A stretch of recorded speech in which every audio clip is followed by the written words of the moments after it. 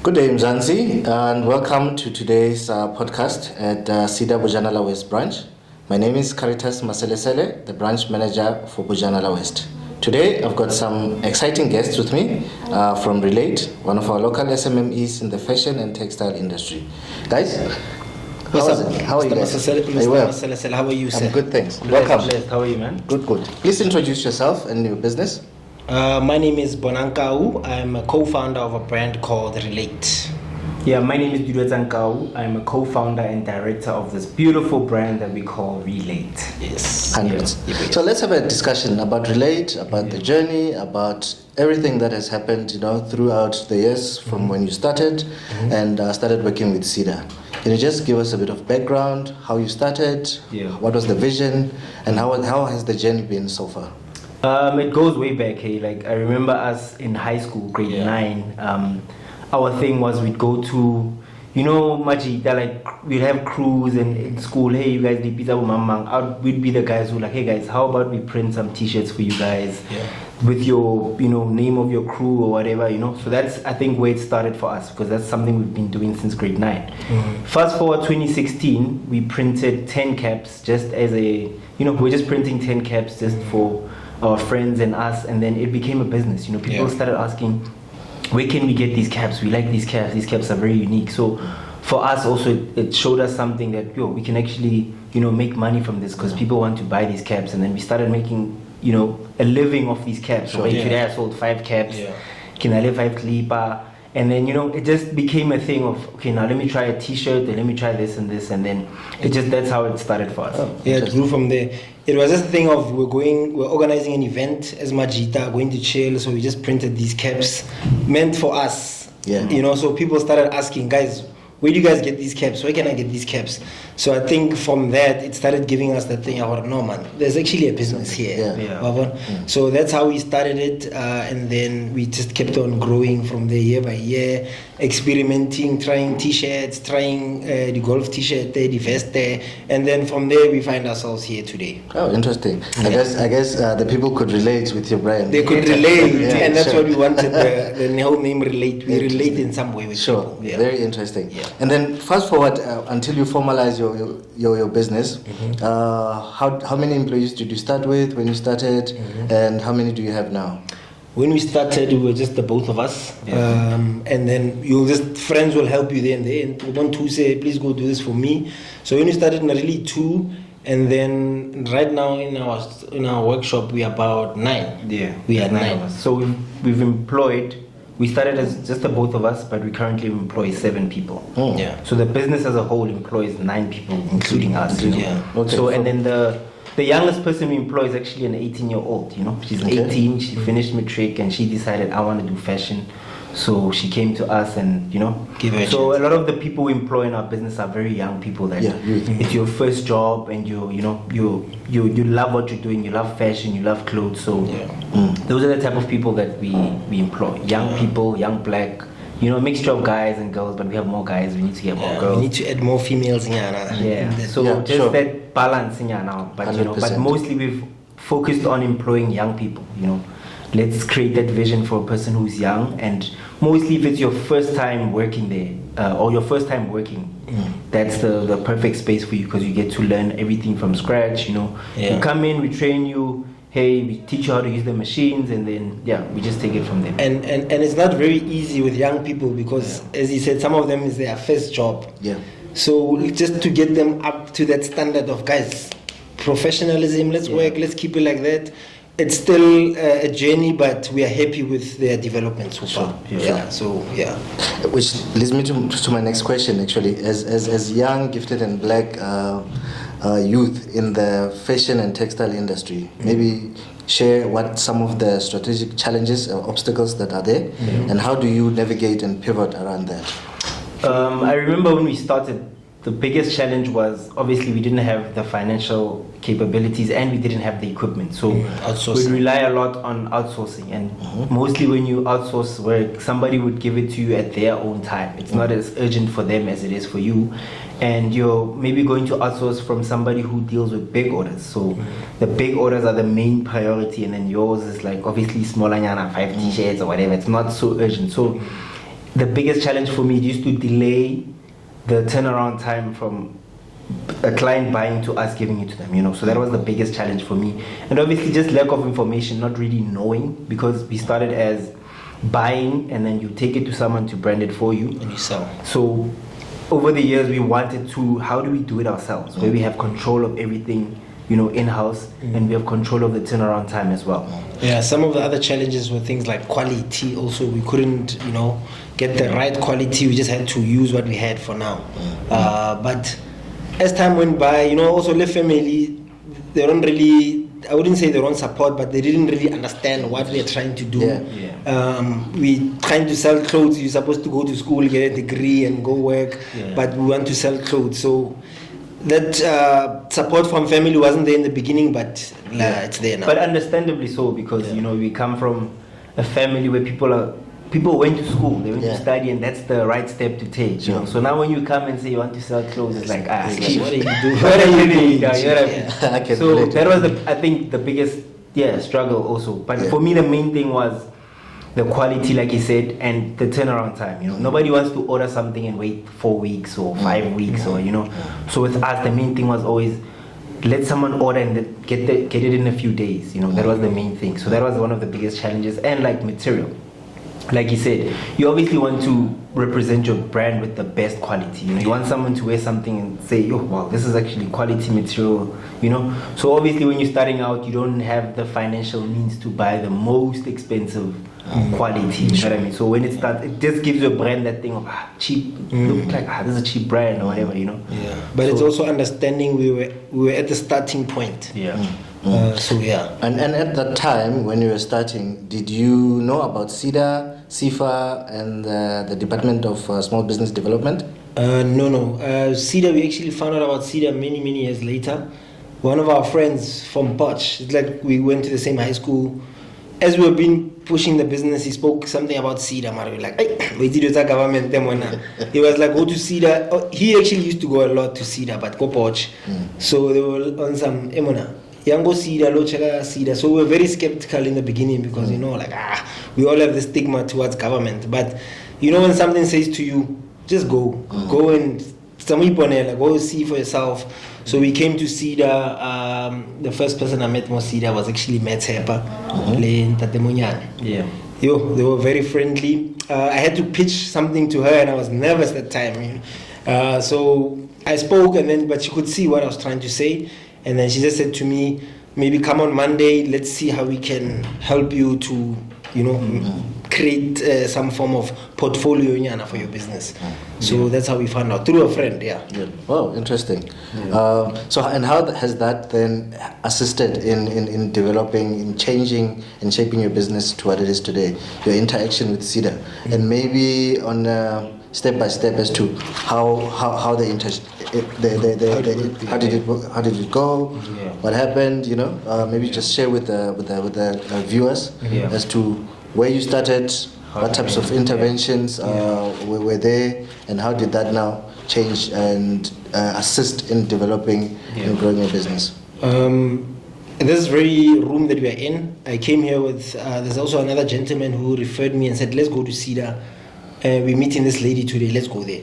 So we came, we sat in a room like this. People were pitching their business, not pitching for like a competition, but saying what their business does.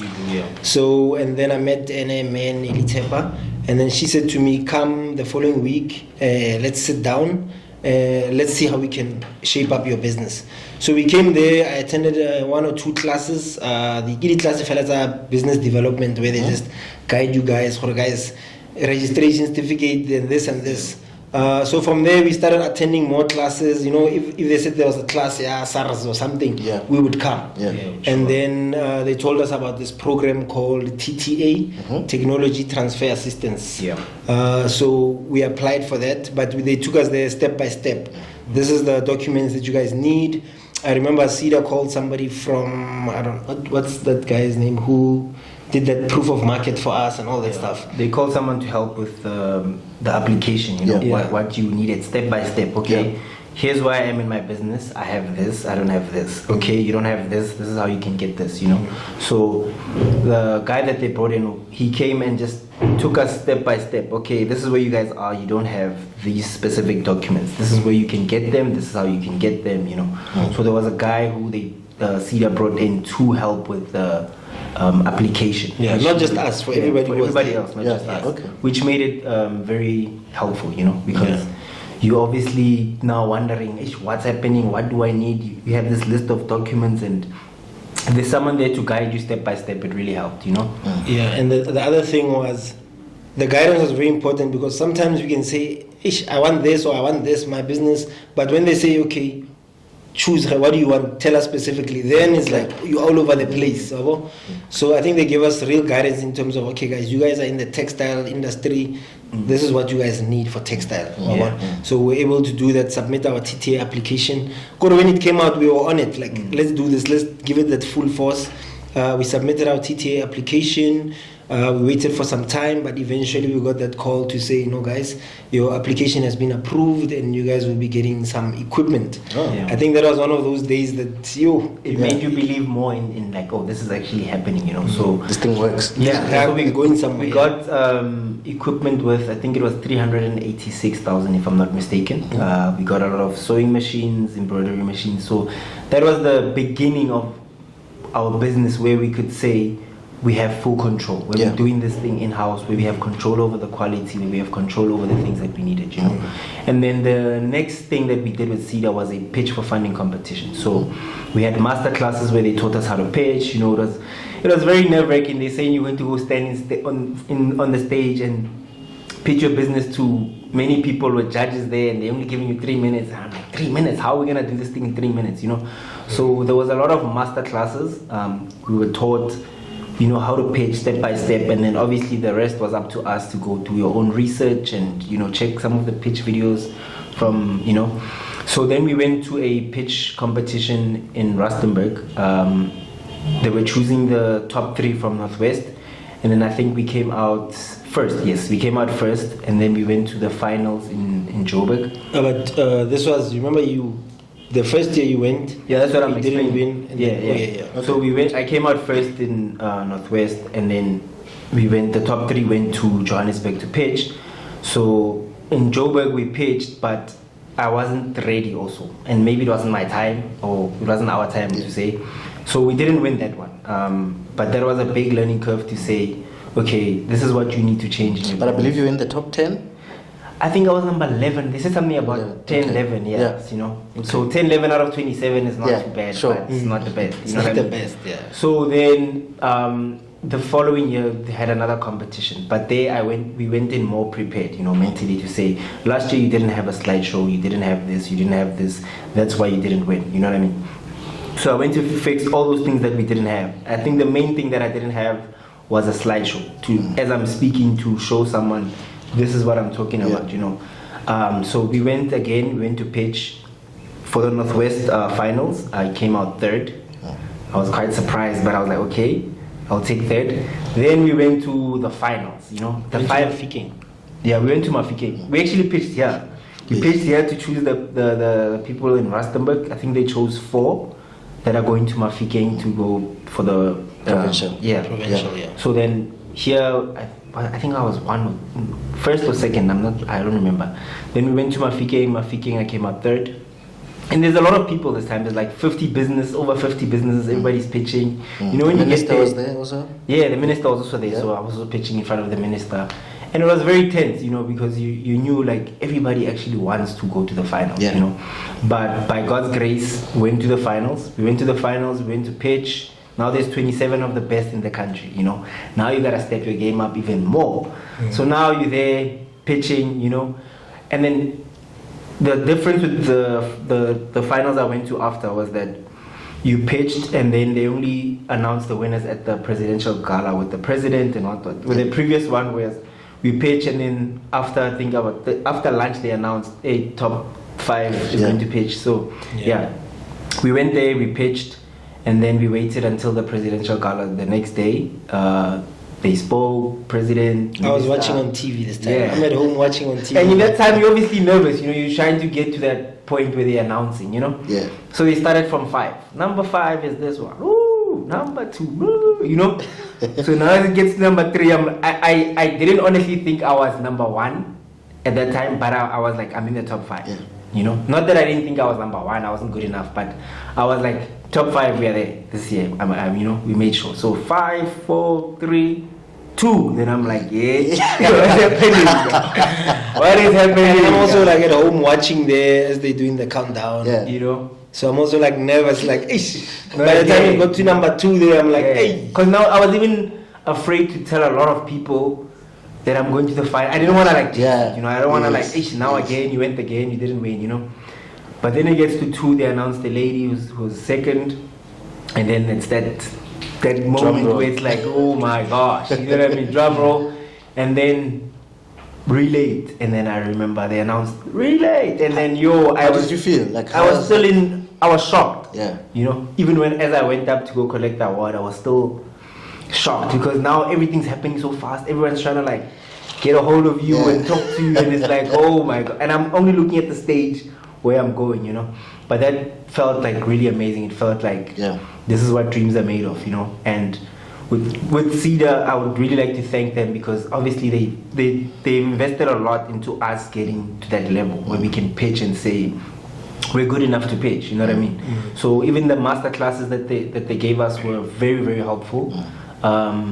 Yeah, so and what was the grand prize for the grand prize was R1 million TTA, R1 million for equipment, and then we won a course at UJ also, AI artificial intelligence course at UJ worth 120,000. Oh. Yeah. And we have to specify it's TTA because people will think that million is in our bank account. Okay, so now people in our bank account. Yeah. And it was for equipment, which is better, you know. Yeah. Have you received the equipment? Yes, we've received the equipment, 100%. and we have a factory capacity now. Yeah. Like, at a short, you know. Yeah. We're now helping other businesses, other brands who are starting to say, hey, Yes. we need 5 t-shirts, 10 t-shirts, 20 hoodies. We're the guys now supplying. And we were obviously in that position where, you know, that you know, like the turnaround time, how important it is for this person to drop these things or order these things and get it quickly. You know, you're in control of things like that. So there's a big responsibility on us as well to say, now it's your chance to also help other small, young, upcoming businesses. They're not the guys you needed when you guys started. You know what I mean? So now it's like, we have that responsibility and we carry it on our shoulders to say, let's help other people the same way, you know, and even just the guidance, not even about their clothes and the turnaround time, but just mentoring and being able to say, hey, this is how I started. This is where we got help from Seda. Please go to Seda, tell them this. You know, they're going to give you a list of things that you need to be funding ready, you know, things like that. Even just Seda has also helped us with access to markets, you know, taking us to events like, what was it, Proudly SA? I think you can speak about that because you were there. Proudly SA was Seda, but through the Department of Small Business. Yes, access to market. They also helped us with things like marketing material, you know, media banner, the gazebo, the teardrops, you know, those are the type of things that when somebody sees from the outside, they're like, okay, this brand is a bit serious. So that assistance from Seda also to take us to things like Proudly SA market. We've got these markets that were happening here in Rustenburg. So it's not just even take the money and go. It's not like, hey, you guys won. We'll see you next time. There's aftercare. There's an aftercare and that development. You say, hey guys, this is where you guys are now. Let's see where we can also help. And you know, you can always just come to Seda and ask, and you know, hey guys, this is where we are. We need help with this. If there's any, you know, where you can assist or you know. But I think now more than anything, we're looking at international. Sure. Because I was here last week with Matt Sepa, who's our business advisor.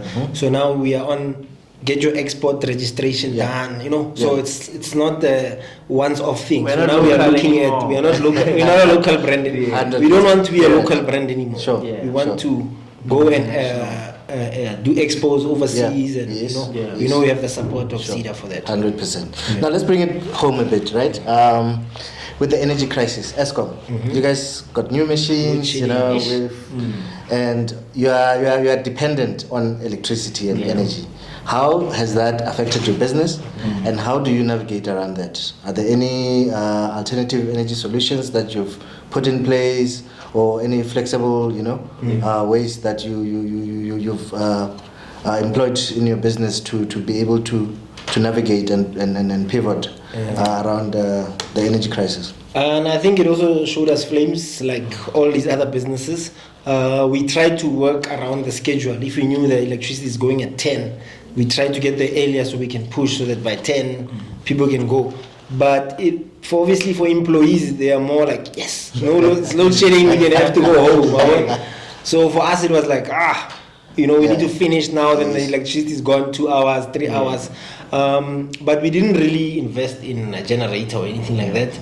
No, to be honest, where our shop is, the electric supply, I think, is connected to the municipality and the labor department. So it doesn't really go that often. But it does sometimes. It does sometimes, but it's not as often as other businesses. So I would honestly say we are lucky with that, because we work in a scheduled production environment where these are the things that have to get done today. So if there's a power outage, it pushes that back to tomorrow, and it pushes this client's order back to, So it's frustrating, but it hasn't been as bad, honestly, as other entrepreneurs have experienced, So I'd say we're very lucky, but we are working on getting a generator now and a UPS system, as they said. Okay. Because obviously with load shedding and stuff, it may damage the machines. It can damage the machines. So we're working on getting a UPS system so that when the power goes out, we still have a little bit of energy to run.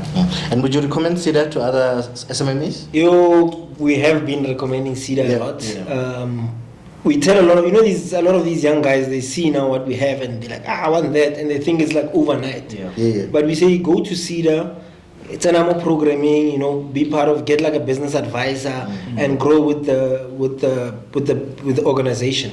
But a lot of people want that funding immediately, but you can't get funding because you're not funding ready. I mean, this is like taxpayers' money. So for Seda to authorize that money, they need to have their due diligence, and they need to make sure, Loyana as the entrepreneur, you are good. I think also there's a misconception that Seda actually offers funding, right? And we don't finance. We do developmental work. So a lot of people come to us looking for money, and it's not a service that we actually offer. But I think through the likes of yourselves, even though we do not offer money, we do offer something of commercial value, something that's tangible through the development, and obviously programs like the TTA and stuff.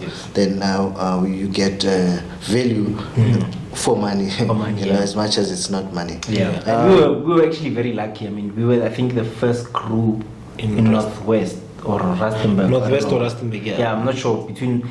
We were the first group to receive the TTA. We were among the first group of, and some of those people, they didn't follow through. I think there was about 11 businesses or 10, if I'm not sure. And then some of them didn't follow through, And I also tell people, like, as much as you go to Seda and Department of Small Business and for help, it's also your duty as a person to follow up and say, hey, guys, I've submitted my application 2-3 weeks ago. Is there any progress, or is there something that I need to change, or So what I always tell people also, yes, go and ask for funding and business development and whatnot, but it's also your duty to follow up and say, hey, is there any new exhibitions coming up where you can, slot me in, or what? Or also be specific about the type of business development and support that you need from Seda. Don't just come here and say, hey, I heard you guys do enterprise development. Okay, but like, is there any way you can come here and say, I heard you guys do this, this is my business, what's what we do, is there any way you can assist me with this, or come with some sort of plan that can be fine-tuned to say, okay, we hear you, but like this, let's do it like this. So I think with a lot of we always refer people to come, like, guys, go to Seda, that's where we started. Besides the money, you still need to develop your business. You still need to be developed as an individual, as a person, as a business owner. So go there, walk the journey, get the steps. What do we need to do to develop your business? And then because a lot of young people just want to jump the process.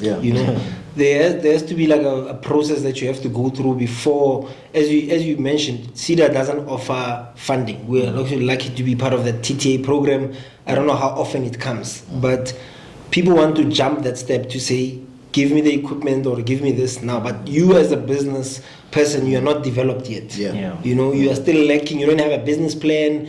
Your company is not even registered. You don't have a account. So some of these small things that young people also need to realize, that do your research, go ask questions, go there prepared with questions. You know, if you come here already with questions, people can help you. But if you come here and saying, I need funding, but we don't understand what you need, how can we help? It makes it tough for you guys to assist these small businesses. Then they go back and say, no, see, that doesn't work. But it does work. It's just that you have to go through the process. Don't rush it, And with all that said, right, and your success, what would you like to say to Seda, the Department of Small Business Development, and the branch, you know? I'm just joking. I would honestly like to say, look, Seda has changed our life. Not just the monetary value, but in terms of business, the landscape of where we can go, where we can take this business. We went from just a brand that started with caps. Now we are looking to open up our factory, you know, here in Rustenburg. But I would like to say to the people of Seda, Department of Small Businesses, thank you so much. You know, your assistance, it's more than just us. It impacts so many other people who are coming behind us. So just keep on doing what you guys do. Keep on supporting the businesses. Keep on creating these programs for these young people to be part of your enterprise. And no, thank you so much. I'm lost for words in terms of what you can say. You can say, the gratitude. We are just very grateful. Same with me. Big thank you to Seda, what they've done for us, how it's helped us as business leaders, and how we are also viewed, and you know, the type of achievements we've also been able to get through assistance, you know. And I always say to people, don't be afraid to ask for help. We came here also asking for help, and we got helped, you know.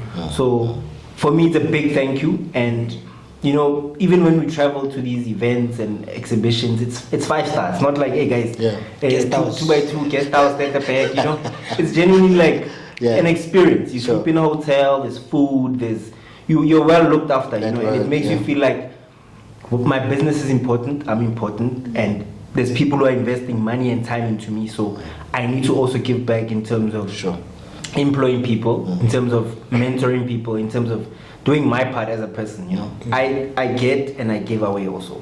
So I think... can I just add, lastly, I want to say to Seda, thank you for trusting us. One thing you can count on with us, we won't give up. We won't stop. The time and resources you invested into our business, they will definitely pay off in a much bigger scale. So yeah, that's what I want to say. And maybe what's in the pipeline? What's any future plans? What's in store for your clients, for Bujana, for Northwest, for the country? I think you'll speak about the factory one, but something that we also want to do is eventually open up some sort of sewing school. Where we take young people, we teach them the skills. This is how you operate a sewing machine. This is how you make clothes. This is how you do this and this. So I think one of our biggest visions is to have a sewing academy school where we teach and uplift young people. We give you the necessary skills that you need to go make yourself money also, you know. So for me, that's one of the things that I'm looking forward to the most. And then for Bujanala, what we've been busy with, we recently had a fashion show. So we want to continue to do more fashion shows. We're going to have another one maybe in October. But every year, have like 2 fashion shows, something for Northwest, you know. We can't always see these things in Joburg and what. So we want to bring some of these exciting events here that push people. Like, I mean, we brought models together, we brought photographers together, we brought our designers together. And that's really what our brand is about, bringing different skills and passions of individuals to create something. One of the biggest vision we have, we want to build a factory here in Rustenburg, so we need to go back to the Department of Small Business. But we want to build a factory here, you know, a world-class factory that can, we're not saying we'll compete with China, but we're not gonna sit back and say no, Chinese dominate the market. You know, we want to add our own element of South African flavor to say no. In South Africa, we are creative. We can also design. We can also play on the international markets. So we want to build a top of the range factory, you know, that has like a design room, have like things like gym, have the sewing academy in its own separate thing. The manufacturing also, because we do manufacturing for our brand and we also do for other people, eventually want to split it to say this is like for other companies and this is fully related. Okay. Because sometimes we do battle with doing stuff for Relate and also doing for clients. So, you know, so we want to have eventually where we can just separate the two, but within one company. Factory, just also being able to produce. Why not get clothes who produces clothes for the South African Defence Force, the military, the nurses, the what, you know, we have the necessary skills and the quality to be able to produce those things that they wear, you know, and we are going to be able to employ many young people, because if we're producing clothes for example, the Northwest Police Department or whatever, we're going to need a lot of people. So those are the type of contracts that we're also looking to get to help us to employ more people and be able to take on those type of things. You know, we want to also show people that yes, it's produced locally and it's still the same quality and the same standard that you'd get at Gucci or, you know. So, And where do you source your material? We buy locally. There's a lot of local shops here. So everything is local. It's actually walking distance from our shop. We just walk to the material shop, buy it, and and just make it. And then for someone watching and you know they would like to get hold of you, they like to make an order, an inquiry. How do they get hold of you on socials, like your social media handles? Yes, we are Relate Re-L8 on Facebook, Instagram, TikTok. We also have a website which is www.relate.co.za. But we make a lot of noise online. You will catch us somewhere somehow. TikTok, Interesting. There you have it, Mzansi. You've heard it from Relate themselves. Let's go out there, support local SMMEs like I'm doing. The jacket that I'm wearing is actually from Relate, as you can see here. It's branded Relate. Very nice, very comfortable and stylish. Thank you very much. Don't forget to click, like and share. Thank you. Peace out.